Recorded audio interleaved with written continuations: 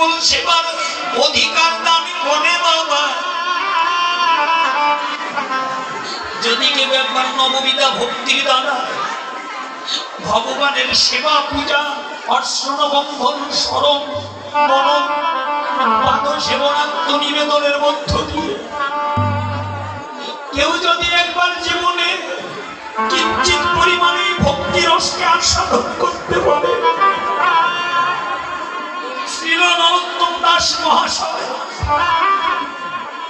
তার প্রেম ভক্তি চন্দ্রিকায় মহাগ্রন্থে টিকা দিলে খাইতে শুইতে যথা তথা নামল স্থানে কাল পাত্র নাই একদিন সর্বসিদ্ধি হয়। বাবা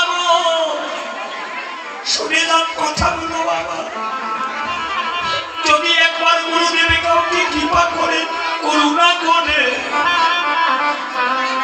যদি কাউকে একবার যুগল সেবার অধিকার দান করে বাবা, কেউ যদি জীবনে একবার গুরু চরণ আশ্রয় করে এই হৃদি মন্দিরে এই হৃদয়ে আমার গৌর গোবিন্দকে যদি কেউ একবার স্থানে দিতে পারে তার দশা কেমন হয় জানেন বাবা? নরোত্তম দাস ঠাকুর বললেন চারিদণ্ড ঘুমে থাকে, ঘুমেও রাধা কৃষ্ণ দেখে। কি নিদ্রা কি জাগরণ, কে পিতা কে পুত্র, কে ভাই কে বন্ধু, জাগতিক জগতের কোন বিষয় বাসনা দিয়ে তাকে আর কেউ বেঁধে রাখতে পারে না রে। তার মনে কাঁদে প্রাণে কাঁদে, কোথায় গেলে ভক্তের সঙ্গ পাবো,